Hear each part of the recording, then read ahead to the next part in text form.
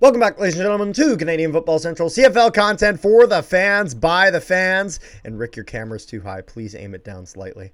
But we have our Week 14 review. We got 4 games coming up, or I shouldn't say coming up, 4 games that happened this past week. A lot of interesting results coming from all of that. A lot of stuff happening outside games that are affecting stuff that we're definitely going to be talking about. But Rick, shall we get into the first one? Oh, the week of drama that was. Oh my goodness, yeah. And we'll start that off with the BC Lions defeating the Montreal Alouettes. The Alouettes taking their second loss of the season. Nathan Rourke gets it done. 22 for 28, 304 yards, 1 touchdown, 3 picks. Still is able to get it done. William Stanback runs for 128 yards. And then the receiving corps does a good job dividing up that work. And overall is able to be decent. Sean White goes for 3. However, it is with the longest field goal being 24 yards, so take that as you will. And then overall, just BC being able to play relatively consistent. Three quarters in this game, they're able to put up 10 points. So the offense being able to be relatively consistent. Cody Fajardo plays a average game, 27 for 37, 240 yards, 1 touchdown, 1 interception. Plays decent, but overall, that running game not being able to get going. Fletcher, 6 rushes, only 21 yards. Fajardo was able to run for 34. But if you can't get the running back game going, if you can't get that running game going, it can be difficult. And also with some of the injuries, Austin Mack being out for the Alouettes, that receiving core wasn't able to get as much as they would like. So overall, Rick, how did you feel about this one? Definitely shocked. Yeah, I was too. No, I had Montreal winning. And considering that Nathan Rourke threw 3 picks and they still seemed to win. Yeah, that was kind of the thing that stood out to me, was that they were able to throw 3 picks and win, which is really uncommon. But shutting out Montreal in that first quarter and having them put up almost nothing in that third quarter, it was a decent defense that was enough to really help the Lions here. And then they throw in David McKee just to as a short yardage quarterback. David Mackey was able to get that done. I'm just gonna run for a first down. Psych! I'm gonna run for a 23-yard touchdown. Are you talking about Rourke running in for the touchdown? No, I'm talking about David McKee running in for the touchdown. They had another one, though, where Rourke was in for short yardage, and everyone's they didn't put David Mackey in? What's going on here? And then Rourke gets outside, and he runs, and he grabs himself the touchdown from, the 15-yard line or something like that. 18. So, 18? There we go. So, 18-yard line. I knew it was somewhere in there. The 18-yard line. And so, all in all, I think Montreal's defense loses them this game. That's kind of their defense has been top tier, and it has been one of the things that has allowed them to have the dominance that they have in the CFL. But giving up a minimum of 7 points a quarter is difficult. A minimum of 7 points, again, and that was on their best quarter. They gave up a touchdown. And then in the other 3 quarters, they gave up still 10 points a pop, and it's just not going to work in order to win football games. You got to be able to at least have portions of the game where you can really shut them down, and that's what the Lions have. They give up 13 points in that second quarter and 7 in the fourth quarter. Not great, not good. However, they shut them out in the first, and they keep them in just a field goal in the third. That's doable as long as the BC offense gets going. And so the Alouettes, it was one of those things where the offense was okay, and the defense was just not able to do what they needed to do in order to give that offense the opportunity to get past the Lions. So, is there anything you got from that game? Any injury? Well, I was going to let you do your defense stats first, because what I was going to say has to kind of go into the next game. So I just want to, I'll let you do the defense before I go to say my top tacklers of the game. Over for the BC Lions. Starting off with Varga with 9 tackles, 6 for Lee, 5 for Evans, also an interception for Lee, I forgot to mention, and Ely with 5 tackles, and then 1 sack for Covington, 1 for DeBile, and then 1 for Tuhema, something like that. And 1 for Tavi. Yes, and my apologies for butchering that name, as I struggle with names sometimes, but I do try. That's the some defensive stats for the Lions. The Alouettes, top tacklers of the game. Darnell Sankey with 11 tackles for himself, and then Adeyemi Berglund, 2 sacks, 6 tackles for him. Beverett with 6 tackles, 1 sack, 6 tackles for Sutton, 4 for Cosby with an interception, and as well as Decoy with an interception, and 1 fumble recovery for Ento, while there was a forced fumble for Wall. That is. And don't forget, Ruffin had a interception as well. He had a pick as well. That is correct. I do have that. No tackles for him, but he gets the interception, so arguably a lot more important. But again, Alouettes just they need that consistency. They need that consistency defensively. So I'm gonna say this as politely as I can. Please do. Carter. Yep. What the flying hell is going on? So take this into consideration. Nathan Rourke went 304 yards, 1 touchdown, 3 interceptions. Mm-hmm. Stanback ran for 128 yards. Okay, McKee and them also ran. But you go into the Battle of Ontario, listen to this. Chad Kelly, 463 yards, 3 touchdowns. So are we going into this game now? Are we going into the next one? Well, sorry about that. Rick crashed out of the call, so we'll have to get back on this again. So, Rick, were we going to the next game, or were we just like I wasn't sure you were talking about Chad Kelly? No, we're going to go into the next game, but what I wanted to compare the difference between the first game, and the second game is Nathan Rourke throws 304 yards, 1 touchdown, 3 interceptions. Stanback gets 128 rushing yards and 1 touchdown, and they win. Whereas our second game of the week, Battle of Ontario, where Chad Kelly throws 463 yards, 3 touchdowns, 4 interceptions. Kadeem Carey only rushes for 46 yards, and they got their asses handed to them. Yeah, but overall, it's one of those things where BC they've been able to find ways to get it done. Nathan Rourke being able to kind of get his act together these past 2 games and be more of what the Lions were signing when they spent all that money on him. And so they are now, at that time, they'd moved to first in the West, kind of depending on the Winnipeg-Saskatchewan game. Spoiler alert, they're back to second in the West. But overall, Lions able to get it done, 37-23. Rick, can we get into the next one? You want just one thing quickly? Yep. So Rourke is 73 for 114, 989 yards, 4 touchdowns, 7 interceptions, and he's completed 64% of his passes. And they're paying him this ridiculous. And keep in mind, when I say get his act together, I mean get wins with him starting. 3 picks and 1 touchdown is not great. That's still not good. I mean, they still won last week. But they won. 2 weeks ago. But they won, so that's the thing. But we'll get into the next game where we talk about some crazy quarterback play. So we can talk about Chad Kelly. We can talk about the fact that he goes 36 completions on 56 attempts. What in the Jake Mayer kind of fuck is that? It gets better, though. If I'm not mistaken, I'm pretty sure his first 2 out of 3, or his first 2 passes, or his first 2, what's the word I want to say? Like play sets. He throws 2. Thank you. He throws 1 pick 6 to Webb, 1 interception, which they got a field goal off of, and then he throws another pick 6 and then ends up in Webb's hands. Or another interception, but not a pick 6, but still. 4 interceptions, 3 touchdowns, 463 yards. I'm not going to lie. 463 passing yards means absolutely nothing when it's on 36 completions for 56 attempts.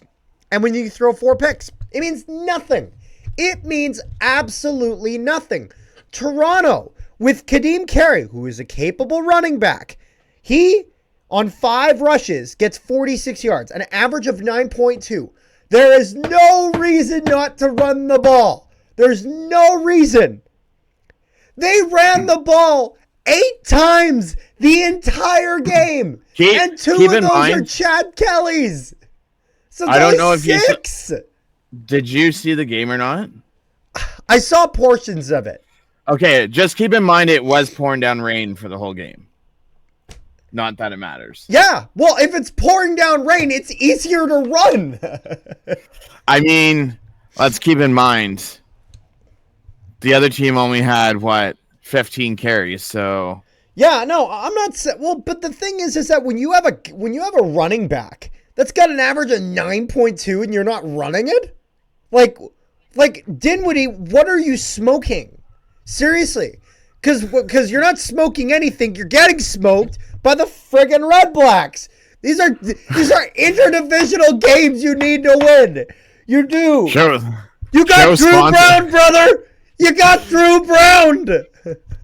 Show sponsored by none other than Connor's Cannons, and he knows what I'm talking about. But besides the points, Ottawa they also had 6 sacks on Chad Kelly. Yeah. Yeah. Yes. Yeah, that sounds about right. And the funny thing about it is, I want to see this because if I'm not mistaken, I think if you take away the Drew Brown touchdown and the Laybourne rushing touchdown, you still have a tied game. Yeah. And that's without Drew Brown even throwing touchdowns. Yes. Yeah, assuming that Drew Brown doesn't Drew Brown all over you, you still probably don't win. And so this kind of is an interesting point because one of the things is that, again, part of this is Chad Kelly's is fuck ups this game. Chad Kelly didn't play good. I do not care. Anyone that mentions that he got almost 500 passing yards. That 500 passing yards is impressive until you hear 4 picks, and they had 56 attempts. He had 56 attempts. Keep in mind, I will say, because I watched the game, that a lot of those yards are within like the last, I want to say, minute and a half, because the problem for the Toronto Argonauts is that they have to play 60 minutes, not a minute and a half. That's the problem. This is the problem. We have figured it out. We've found the source. The source is that Chad Kelly needs to play a full game of football, and it seems that he just doesn't like what. I will give credit where for that. I will give credit where it deserves. Mm-hmm. DeMonte Coxey had 91 yards for 2 touchdowns. Yeah. Pollock had 105 yards, and David Unger III had 131 yards. His receivers were fine. His receiver, I'm sorry, but Unger, Polk, Coxey, Carey, Grant, all of those guys, did they throw the picks? I don't think they threw the picks. I want to put some of this on the coach as well. You're telling him to pass the ball 56 times. In the rain. I will say there's 3 pieces. There's 3 pieces that everyone has figured out in Toronto. Mm-hmm. Janarian Grant, because you haven't seen him get a return touchdown in God who knows how long. The offensive line's beaten up to shite. Mm-hmm. Because they had 6 sacks, so they're feeling the injuries on the offensive line. And even though Chad Kelly had 463 yards, I don't know how much of that's in garbage time, and 3 touchdowns, do you think teams have finally figured Chad Kelly out by now? Do you want my honest answer? Yes. Sure. Yes, they have. Chad Kelly is figured out. They figured him out in the East semifinal last year, or the East final. I can't remember which one it was. It was one of the two. It was the East semifinal. It was the East semifinal, right? Yeah, because Montreal. Yeah, it was the East semifinal, and he did not get it done. He didn't, and he crumbled. He crumbled at the one time he couldn't. I'm not gonna lie. I, to this day, still think him winning MOP over Brady Oliveira was absolutely the wrong decision. And every day that goes by, people like me that thought Oliveira should have won are getting proven more and more right, because this guy, for $500,000, he doesn't have a clutch bone in his body. And that's the problem, is that he can have games where he plays well, but when it matters, interdivisional games where you need to make ground. Because right now, realistically, the possibility of a West team crossing over into the East is decent. As the thing is that in order for that not to happen, the Ticats would pretty much have to stay in the situation they have now, which is very likely. Which is not, again, it's possible the Ticats dig themselves out, but it is very likely that a West team would do better than Hamilton, essentially, at a fourth place position. Because whether that's Edmonton, which Edmonton has a very good chance of sneaking in now, or whether that's Saskatchewan, or maybe BC figures out a way to fall, maybe the Bombers fall, whatever it is, whatever team ends up in that fourth place in the West, if Toronto and Hamilton, if neither of those teams really get a good pep in their step, they're not going to be able to have that third spot in the East. And so it's one of those things where Hamilton, it's possible, but there's so much ground they got to make up first before we can even bring that into a conversation.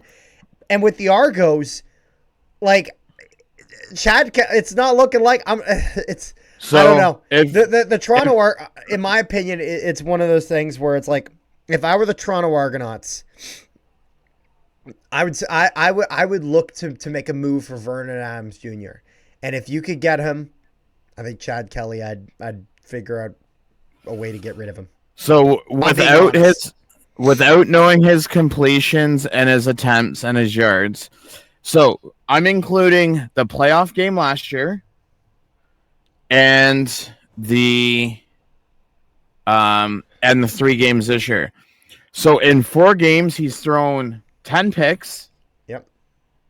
And I'm just trying to see as I pull it up. 10 picks in 4 games is outrageous. And I say that even with a guy like Zach Caleros leading the league in picks or something like that, who is a quarterback I believe a lot in. And so a lot of people are like, why? Why do you believe in Zach Caleros and not Chad Kelly? And the answer is simple. Chad Kelly played 1 clutch game in his life, and it was when they won that Grey Cup where he comes in late after McLeod Bethel Thompson goes down. He played clutch then. Have not seen that since. Zach Caleros did it multiple times. He got that team back to the Grey Cup, and for multiple different reasons that were not, because people just throw that on Caleros, but it's not. I'm not going to lie. I don't think Adam Bighill should have played last year's Grey Cup. I think he was in no condition. I think he got burnt multiple times simply because he was injured and they were playing an injured man, and surprised that he looked, well, injured, and a lot of other reasons. But Zach Caleros is a quarterback that can play clutch, that can get a team back in a game, that can get it done. Again, it's one of those things. Will he sometimes throw picks? Yes, he will. Will he sometimes make some mistakes? Yes, he will. But when push comes to shove and shit needs to happen, Caleros most of the time is going to get it done. Chad Kelly, to me, is the opposite. Not that it's not impossible for him to get it done. He has gotten it done before, but his success rate isn't good. It's like 25% in terms of clutch. That's not good. And the CFL, a league where anyone can beat anyone on a given night, having a clutch quarterback is so important. And right now, I do not believe the Toronto Argonauts have that. So, I just looked up the playoff numbers. He thrown, including the last playoff game and the 3 games this year, he's thrown 5 touchdowns, 10 picks, and he's rushed for 1 touchdown in his last 4 games. Yeah. And between the BC Lions and the Hamilton game, I think I seen like something stupid that it was like 56-18 in the first half of Toronto's last of their first two halves of their last two games. Man, I don't know. The Argos got to figure it out though. But I mean, if I'm going through here, I'm just going to go through some of the defensive stats, and then I think we'll move on. I think we've gone through a lot of that. Top tacklers of the game over on the Toronto Argonauts side of things. Mechie leading the charge for the Argos with 8 tackles, as well as Darkangelo grabbing himself 8. 7 for Franklin, 4 for Priester, and then no sacks or interceptions for anyone on that Toronto defense, as far as I can see here. On the Ottawa Redblacks side of things, top tacklers of the game, McGee grabs himself 11 tackles, with 1 interception. Danbridge with 7 tackles and 1 interception. Webb with 5 tackles and 2 interceptions. 5 tackles as well for Griffin. And a pick 6. 4 for Pickett. I said 2 interceptions. Oh, no, I was just saying one of them was a pick 6. Okay, yeah, of the interception, yeah. And then a sack for Williams, a sack for Lang, a sack for Malden the fourth, a sack for John, a sack for Wayfield, a sack for Taylor. Good God! Good Lord! FYI, both those D-Web interceptions were both pick 6s. That's brutal. That's not good. Yeah, that's not good. I'm not gonna lie. The Ottawa Redblacks, that defense for the majority of this game, exception of the fourth quarter, they cooked this team. They cooked Toronto. Seriously, Toronto was doing nothing. They got 10 points in 3 quarters. Now they do get 17th in the fourth, but I mean Toronto, I'll put it this way: Toronto needs to remember they need to take some lessons from their former coach Corey Mace over in Saskatchewan, and knowing that you can't just rely on those fourth quarter comebacks. It's too little, too late, baby. It's not going to be able to get it done. Before we go on to the do you want to bring up the news that I brought to you before we went live? Oh boy, right as you thought everything couldn't get worse. This is an article from 3 Down Nation. And people are pulling back the wounds and the Band-Aids. He looked like, this is quote from Adarius Pickett, ex-Argo. He looked just like he did in the East Final. He takes a shot at Chad Kelly, Ryan Dinwiddie, after the Red Blacks blowout win. And my goodness, does he take a shot as this is, I am directly quoting him here. We don't tolerate no disrespect from nobody. At the end of the day, there's love for my teammates over there, but he know I ain't got one phone call the whole offseason from him, and that's why I left at the end of the day. He's talking about Dinwiddie here. Pickett explained. Love Coach Bob Dice. Love Coach B. Miles, man. We holding it down over here right now. Man. Aaron, Pickett. Some dirty laundry. Oh, my goodness. Although, you know what? You know what, though? There are different ways you can air your dirty laundry. And so, I'm not going to lie. Is he airing his dirty laundry? Yes. However, I would argue that Mr. Chad Kelly and Coach Dinwiddie are the reason that laundry stinks. So, you know what? You know what? It's one of those things where you got to realize the problem with your football team. And so Pickett is coming out. I'm not going to lie. The Toronto Argonauts are exposed right now, and there are lots of problems. And they got to turn this crap around right now, as we were hearing all year about how Chad Kelly was going to come back. He was going to bring us back to the moon, to the stars. He was going to fix all the problems. The problem is that he is not. He is not fixing the problems. All he's doing is throwing 4 picks, trying to make 56 completions in the rain, and... Yeah, and not being able to get done. So here's my thing is, okay. Mm-hmm. So if you just talked a lot more about this game than I thought we would. Yeah. So if you think about it, okay. So you let Peters go for $155,000. I don't know what Pickett's making, And I'm sure Barlow and Hendricks are making, 5, if not 6 figures.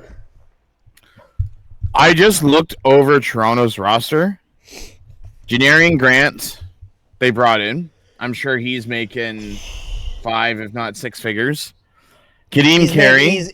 There's no way you bring in Janarian Grant and he's not making 6 figures after his season in Winnipeg. In the way. Okay, so then Kadeem Carey. Winnipeg would have. I almost guarantee you Winnipeg had at least 100,000 set aside for him. Even if it's just 100,000 flat, they'd have 100K set aside for Janarian Grant. But so I'm sure Toronto. Like I know we don't have a thing like Puckpedia or something that tells you what the players are making salary wise. Unfortunately, there is no cap friendly or. But my whole point is CFL. Those 5 players left. And you invest all of that money. I guess some players would have gotten raises, but you invest all of that money those players would have gotten into Chad Kelly. Yeah, well, all in all, Red Blacks win 41-27. Is that all we got there? Are you ready for the It's the Banjo Bowl! It's the annual tradition of the Winnipeg Blue Bombers running over the Saskatchewan Roughriders. 5 straight years of no wins for Saskatchewan.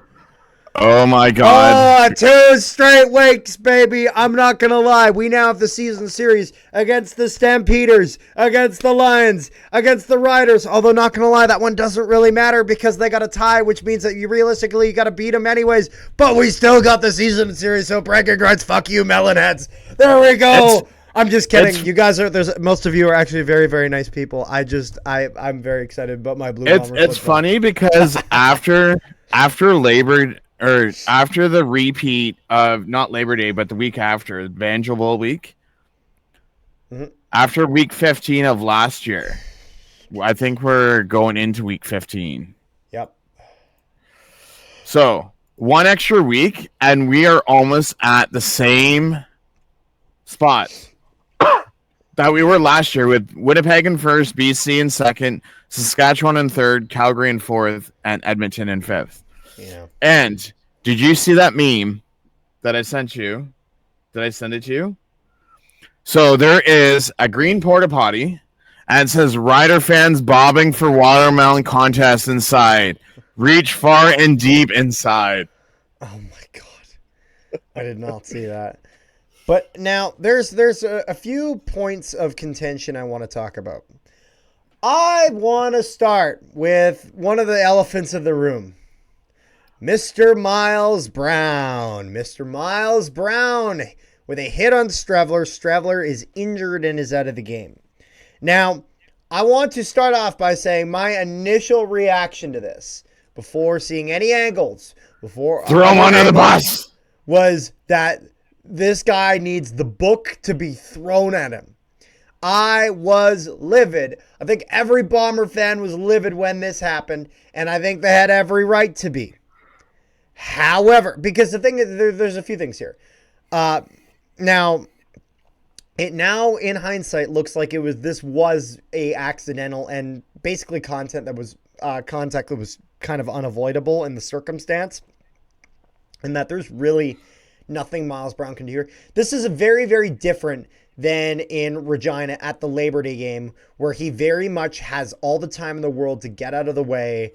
And he actively chooses to drop that shoulder, which results in him hitting Caleros in the head. Maybe he doesn't try to hit him in the head, but at the end of the day, he was trying to hit him, and he was careless. And that warranted consequences. So but the play this week, I do not believe was like that. I think it is very convenient. I think it's very convenient that it was Miles Brown of all guys. And so naturally, the inclination is that he did it intentionally, even if that's not true. Because again, it's kind of a wild coincidence that it happened, but I think this is a wild coincidence. And it's one of those things, you don't have to believe me. Brady Oliveira himself came out. I said this in my video. You can check it out on Nolan Hockey Podcast. Excellent Bomber coverage. You can check it out in the link from the description down below. Sub and like the video. Really appreciate that. But Brady don't make him beg, people. Brady Oliveira himself said that, he was on the field and he just thinks it was essentially a freak accident, but he understands the fan response because of the fact that this is just real convenient in that regard. So I want to get that out of the way. I don't think that was the case. Now, I also want to cover something because someone was a little confused saying, why was Ontario Wilson running short yardage? He was not. That was Terry Wilson. Very similar name, not the same person. So there were some people confused about that. Ontario Wilson, receiver. Terry Wilson, third string Bombers quarterback. Can we also bring up the other elephant in the room? What is that? Before I mention anything, I want to see this for a second. They have 6 games left? What? At Calgary versus Ottawa, Edmonton, BC, Calgary. They haven't won since middle of July. 7 games. How many more games are they going to lose? I don't know. I hope it continues. Not going to lie. But 7 games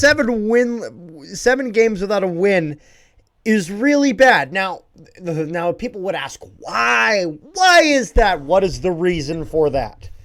Now, a lot of people are pointing the finger over at Trevor Harris.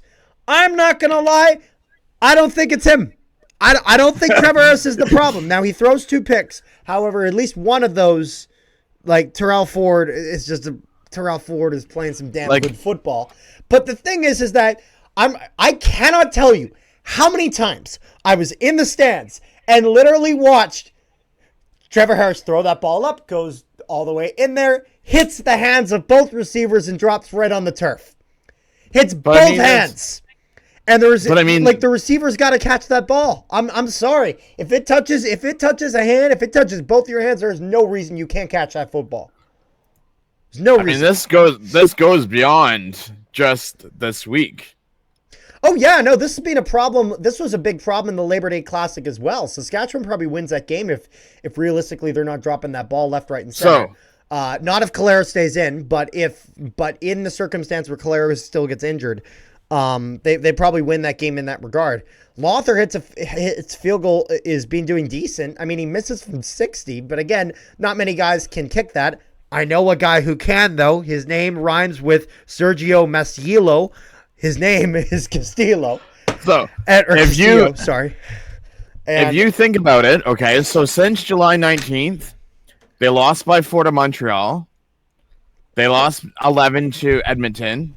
Yeah. They tied Ottawa. Yeah. Lost by 3 to Montreal. Lovely. Lost by the single to Toronto. That was lost hilarious. by 2 against Winnipeg, and then lost by 5. Love that one even to more. Winnipeg. So it's not like they're losing by like 20 points. Yeah. However, which is why I mentioned something in my review. It was a quote that was used at one point in this year. I think Rick knows where I'm going with this. To describe a certain team. And it no longer describes that team. However, I think it describes another team. Milt Stegall, when talking about the Edmonton Elks earlier this year, said that you're not improving. You are finding new ways to lose. And I don't think that's the Elks anymore, but I do think it's Saskatchewan. I think Saskatchewan is finding new ways to lose because it's one of those things where this team has the talent. Look what Corey Mace was doing at the start of the season. But it's a combination of Corey Mace getting figured out a little bit and then also guys dropping the ball. Some injuries coming up, to be fair. 2 injuries, Godbert as well as Zach Fry to the offensive line definitely has hurt them. But it's not looking great. And this is the second straight week of the Bombers special teams causing problems for Saskatchewan. Willie Jefferson early in the game with a block punt to allow Winnipeg to get on the board right away. It's only a field goal. But the thing is that when you're giving up points like that, it's just not good. And all in all, this is now the 3rd straight week of Winnipeg special teams just being absolutely killer. 2 touchdowns off of punts in the Labor Day game as well as the Bombers game before that. And then in this most recent game, they block a punt. Although I'm not gonna lie, I think Sheehan has a rough game for Winnipeg. I think Jamieson Sheehan, his punts were really just not great, not where they could be. Jamieson Sheehan though has improved from last year as he went from, well, last year he was pretty much just an all around not that great of a punter to this year has been streaky. Some games he's been really good, and then some games he just hasn't been that great. So, hopefully, here's hoping to next year he can be consistent and consistently good. But Brady Oliveira not really able to get a ton going. 11 rushes, only grabs himself 43 yards though for Winnipeg. Overall, just splitting that workload a lot. Lawler with a touchdown, he grabs a lot of yardage, 64 yards receiving. 60 for Oliveira. Oliveira getting those passes and then kind of punching it upfield. So still over 100 all-purpose yards for Brady Oliveira. Nick Dembski with 46 yards. Ontario Wilson, 24 yards, but only on one reception, so keep that in mind. And then one of the other passes that was to him that he didn't get, I don't think it was his fault. I think he had no chance of getting that. Wolotarski, 3 receptions, 29 yards. But Wolotarski also has kind of suffered with some injury problems, kind of being in and out of this game, so I'd be curious to see if he plays the next season. On the Saskatchewan side of things, Shake and Bake, really good game for him, 120 yards on 6 receptions. MLS, 4 receptions, 66 yards, 1 touchdown. 1 touchdown for Johnson, as well as 33 yards receiving, 28 yards for Sean Bain Jr., 12 yards for Joe. I'm not going to lie. Joe was making some of those drops that I really thought they should have not dropped. Brett Lothar, 2 for 2 with the longest of 50 yards. Not really much you can complain about. Top tacklers of the game for both teams here. We're going to start with the Saskatchewan Roughriders. Thurman with 7 tackles, followed by Rivas and Milligan, both with 6 apiece.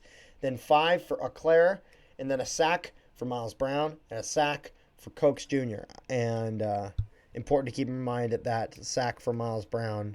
I'm pretty sure that's just the play on Strevler, right? For which? Miles Brown, the sack. Miles Brown and Cox Jr. Yeah, but the one on the play on Strevler, they considered a sack, or? I'm assuming so. Yeah. Okay. And then for the Bombers, Sergio Castillo, 4 for 4, 46 yards is his longest. Just continues to be absolute money for Winnipeg. Then on the defensive side of things, 6 tackles for Griffin II, 5 for Diedrich Nichols, 4 for Evan Holm, and then past that, honestly, really, really spread out a lot. I mean, Tyrell Ford, not a single tackle, but 2 interceptions. 2 very, very big interceptions for Winnipeg. So a really good defensive effort by him. Definitely one of the standouts in this game. I accidentally incorrectly stated that he got his 9th and 10th interception in that game. My apologies. It was the 5th and 6th. I had seen another stat and I'd gotten confused with that. So just a correction putting in this one for a mistake I made on my vid. So he gets his 5th and 6th, I believe, interception of the season in this game. So overall, though, for Winnipeg. So Zach Claris, you're talking about Zach Claris, right? I was talking about Tyrell Ford. He got 2 picks. Oh, that is. And then Zach Claris, 24 for 31, 231 yards, 7.5. 5 and 6 yet. Yep, 5 He's tied with Ronlin McGilligan. And then 1 touchdown. No interceptions for Claris this week. Trevor Harris, 21 for 33. So not the greatest completion percentage. Probably want something a little higher. 287 on the yards. And then 8.7 yards on average. And then 2 touchdowns and 2 picks for him. So overall, keep in mind par game for Trevor Harris. And then again, some of those ones that guys had kind of dropped will affect that completion versus attempt ratio. Keep in mind, I'm going to be that asshole, and I'm going to go there. He may not have had any interceptions, but he still leads the league in interceptions. Oh, I know. But there are people catching him up. Very and funny. His name rhymes with Chad Smelly. All right? Oh, I thought you weren't even going to go there. No, I was going to go with Jake Hare and Bo Hitchell. Bo Hitchell. because Jake Mayer's 2 behind Zach and Bo Levi. I guess this is a good segue into our last game of the week. And the reason Jake Mayer can't catch Zach Collaros is because Jake Mayer needs to play in order to do that. That is because Logan Bonner starts the game and plays the game here for Calgary. And Calgary has all kinds of problems. They lose both games to Edmonton. And Edmonton just runs them over. 37-16 victory for the Elks. Absolutely crushing defeat. First game of the season, and this guy throws 5 picks. Yeah, I think we found out why he's not a start. I'm sorry, but Logan Bonner, that's 5 interceptions. That is lethal. The interesting thing is that even though Edmonton has done very well in their last 3 out of 4 games. Yeah. Okay, we'll say 4 out of 5 games. McLeod Bethel-Thompson is not starting next game. Well, it's one of those things. Trey Ford, this guy is the future. It's one of those things where, as much as Bethel-Thompson is very capable, Trey Ford is the future of this franchise and kind of needs to be. And they really need to finally embrace that. Edmonton's not really ever fully embraced Trey Ford. Well, the Edmonton organization, Larry Thompson as the new owner, has to see that this guy is it. He is by the way, guy. Yeah? I'm sorry. Please tell me you've seen the highlight video from the other day. Which one are you talking about? Oh, with Larry Thompson on the sideline? Driving the golf cart down right behind the Calgary bench, throwing gear out to the players, and almost runs over Calgary players with the golf cart. I'm not going to lie. Edmonton, if this is a new kind of marketing to get people in the building, I'm curious to see how this goes. I will say they did have about 30,000 fans. That's pretty good. The other day. 30K is good. However, that's a game against Calgary, so you need to It's having like positivity. Next Saturday, not this Saturday coming up, but next Saturday they're up against your Bombers. So, you know what that means? What does that mean? On the 21st, we may have to live stream that game because it's a Bomber road game. We're gonna get Ford versus Ford. The Ford brothers are gonna play against one another, and this will be fun. But before we get to that, because that is for a future video, that is for a preview video. That is for a future video. Check out. And in order to do that, you should make sure you like this video. You should subscribe and hit the notification bell so that way you are notified about this video. Rick, let me complete my shameless plug before you start talking, okay? I was trying to give you kudos, but fine. You don't deserve your kudos then. Rick, I'm just screwed with you. I was just making a joke about how I'm doing a dumb plug. I was going to say, you actually had the better record in fantasy this week. Oh, I didn't even think I did that good. I thought I went 2-2. Yeah, I went 1-3. Which game did you? We both picked Edmonton. Mm-hmm. Oh, I had more faith in Saskatchewan. We both picked Toronto, and we both picked Montreal. 5 straight years. They picked the real Banjos. We just have the trophy. No, but overall on the Edmonton-Calgary game, 21 points in the second quarter. Ouch. Calgary, for the majority of this game, first, second, third quarter, grabs a field goal, nothing else. Fourth quarter, finally grabs a touchdown. However, it's a pick 6, so they had no offensive touchdowns in this game. The only touchdown they had was defensive for Calgary. And this is a disaster for Calgary. Seriously, Bonner is not it. Jake Mayer is 100% the guy. And when I say 100% the guy, I don't mean the guy necessarily. I'll put it this way. Jake Mayer is, if you're asking me who should start a game of football between Jake Mayer and Logan Bonner, the answer is Jake Mayer. They gave him a chance. 5 picks in a game. That's it. You can't do that again. Calgary is in a state of real concern right now with them now dropping behind Edmonton, and Edmonton really getting a pep in their step and being able to get going. Like Reggie Begelton, 8 receptions, 123 yards for Calgary. But after that, no one's got anything, seriously. And so, and that's the thing. It's like Reggie Begelton's a great receiver. He is, but he can't be your entire offense. Because if you don't disperse that role in any regard, you're not going to be able to push that ball down the field because you can't just keep throwing to him every play. Otherwise, they'll just keep him in double coverage. If we're looking on the Edmonton side of things, 15 for 25, McLeod Bethel-Thompson, 219 yards, 8.8 yards on average, and then 2 touchdowns, 1 interception. Decent game for him. Javon Leake and Kevin Brown, both playing decent. 91 rushing yards on 12 rushes for Brown, and then 55 on 10 rushes for Javon Leake. And so an average of 5.5 for Leake and 7.6 for Brown. So pretty solid in that regard. Eugene Lewis and Hergy Mayalo, both with touchdowns, receiving 96 yards and 6 receptions for Eugene Lewis. And then 71 on only 2 receptions for Hergy Mayala. Hergy Mayala has been a breakout star on this Edmonton Elks receiving core and has been a really, really good depth receiver for them. At like in terms of a receiver that they're not paying like $200,000-300,000 a year, that they're able to get a lot out of. So he's been very good in that regard. Boris Beatty goes back in for the Elks, 2 for 2 with the longest of 41. And then Rennie Paredes is 3 for 3 with the longest of 46 yards. I'm going to be that a-hole for a second. And I don't mean to point out injuries.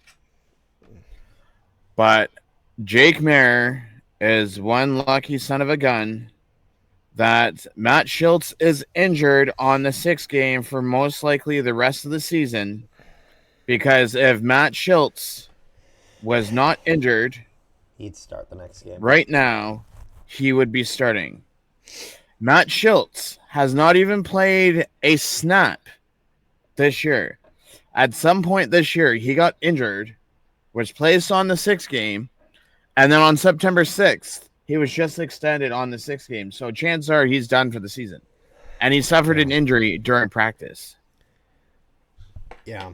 Now, if we do go to look at the defensive side of things, we'll start over with the Stampeders. Top tacklers of the game, Dozier with 8 tackles, 5 for Micah Alway, 5 for Richardson, 5 for Demario Houston, and 4 for Sanders, with a sack for Willie and a interception for Rose. That would be a pick 6 to get the Calgary Stampeders their only touchdown of the game. Top tacklers of the game for the Edmonton Elks, Jackson with 8 tackles, followed by Morgan with 6, 5 for Anderson, and then a interception for Anderson as well, 1 sack for Curtis, 1 interception for Gray, and 2 interceptions for Bynum to make up the 5 picks that the Edmonton Elks are able to get against and just do so much damage against the Stampeders, as it was just, it was killing them. Seriously, it was not good. Didn't give up any pick 6s, but when you turn the ball over that much, you can't expect yourself to win a football game. So all in all, Edmonton Elks 37-16 victory over the Calgary Stampeders. Rick, is there anything else you got for this week in football or anything like that?